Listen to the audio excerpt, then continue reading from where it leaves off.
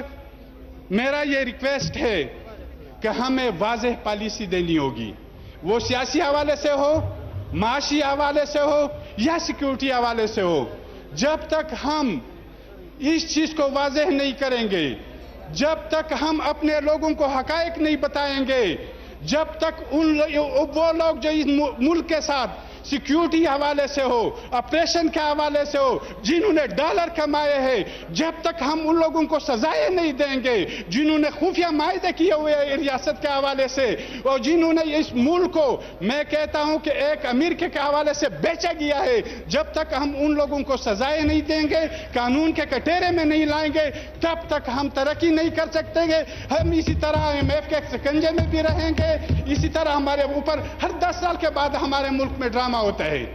ہر 10 سال کے بعد ہمارے ملک کا سیکیورٹی کا ایشو ہوتا ہے، ہر 10 سال کے بعد ہمارے ملک کے اندر ایک نئے نظام کا مسئلہ ہوتا ہے، ہر 10 سال کے ہمارے ہمسایوں کے حوالے سے نئی پالیسی ہوتی ہے۔ جناب اسپیکر ہمیں ان چیزوں پر کھل کے بات کرنی ہوگی، کیونکہ آج اگر آپ دیکھیں عالمی اداروں نے،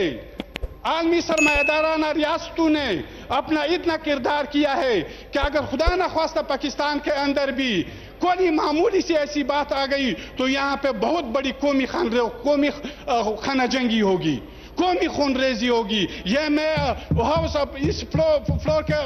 ہاؤس کے فلور پر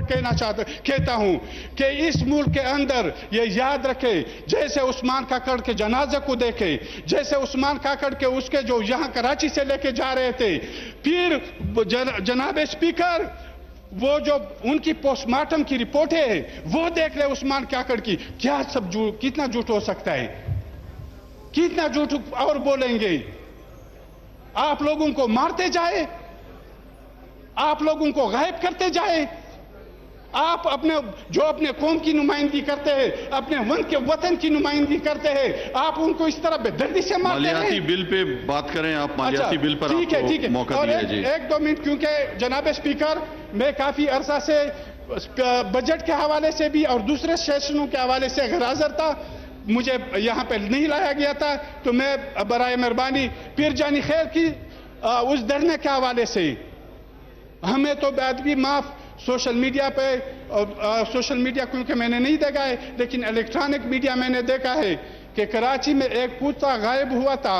اس کے پیچھے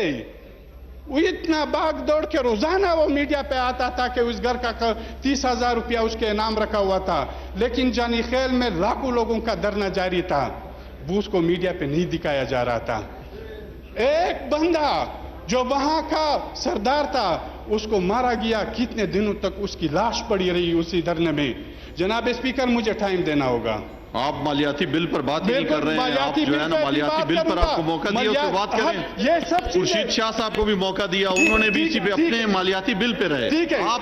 کدھر سے کدھر پہنچ رہے ہیں؟ میری بات سن لیں، آپ آخری منٹ ہے بات کریں، آخری منٹ ہے بات کریں، اپنی آخری منٹ میں بات مکمل اگر میں کریں۔ مالیاتی بل کے حوالے سے کوئی بات ریلیٹڈ نہ کروں، بے شک پھر آپ کہہ سکتے ہیں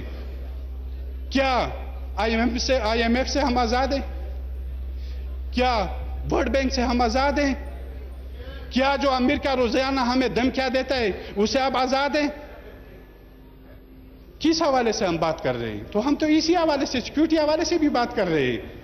ہم نے جو کہا ہے کہ جو سیکیورٹی کے حوالے سے جنہوں نے غداریاں کی ہے، جنہوں نے باہر کا فنڈ لے کے اپنے جیب میں ہی ڈالا ہے، ان کو پہ کیا آپ کرتے ہیں؟ جنہوں نے آئین کے ساتھ غداریاں کی ہے، ان کا آپ کے ساتھ کیا کرتے ہیں؟ ہمیں تو جیل میں رکھ سکتے ہو، ہمارے بیلے تو خارج ہو سکتی ہے، ہمیں تو سیل میں بند کر سکتے ہو، ہم تو آج بھی جی رہے، لیکن مسئلہ آپ کے لیے ہوگا۔ ہم تو پلے بڑے انہی حالات میں ہوئے ہیں،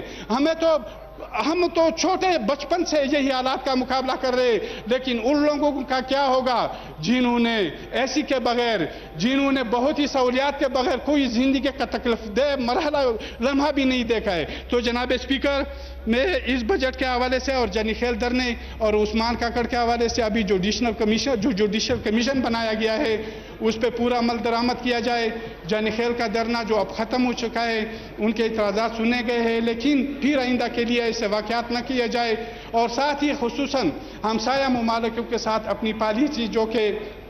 پارلیمانی کمیٹی کا اجلاس بلایا گیا، پارلیمانی کمیٹی جو ہے جن میں پارلیمانی لیڈران شامل ہے، ان کی کمیٹی بلائی گئی ہے، اس پہ کھل کر بات کرنی چاہیے، اس پہ کسی کو دباؤ میں رکھے، اس پہ کسی کو مطلب ہے کہ تم نے کسی کو ڈکٹیشن یا کسی کو دباؤ میں رکھے، یہ بات نہیں کرنی چاہیے، کھل کر بات کرنی چاہیے۔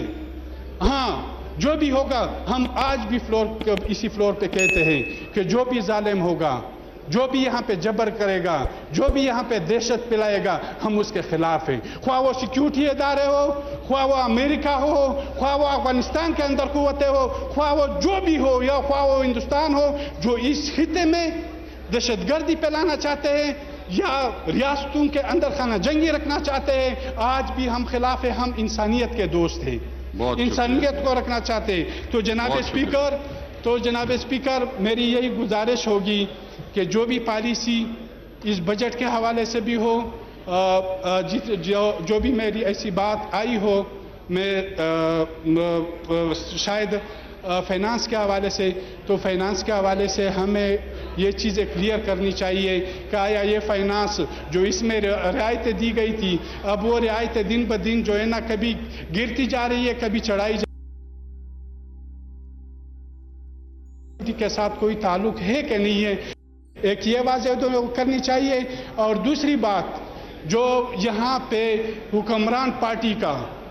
ملک کے حوالے سے جو بھی پالیسی ہو، اس کو فرنٹ کے حوالے سے ہونا چاہیے، خواہ وہ عورتوں کے لباس کے حوالے سے ہو، خواہ عورتوں کے حقوق کے حوالے سے ہو، خواہ وہ دوسرے جو یہاں پہ جتنی بھی منارٹی ہے، جو اقلیتی قومیں یہاں پہ رہنا چاہتی ہو، اس کے حوالے سے ہو، یہ چیزیں واضح ہونی چاہیے۔ باقی ہم جبر کے خلاف کھڑے ہیں، خواہ وہ کسی کا جبر ہو، وہ وردی کا ہو یا بغیر وردی کا ہو، وہ گٹ کا ہو، بیٹ کا ہو، ہم یہ وعدہ کرتے ہیں کہ ہم اسی قوم کو انہی جبر رکھنے والوں و جو بھی قوتیں ہو، ہم اس کے خلاف کھڑے رہیں گے اور اس سے نجات دلائیں گے۔ شکریہ جناب اسپیکر۔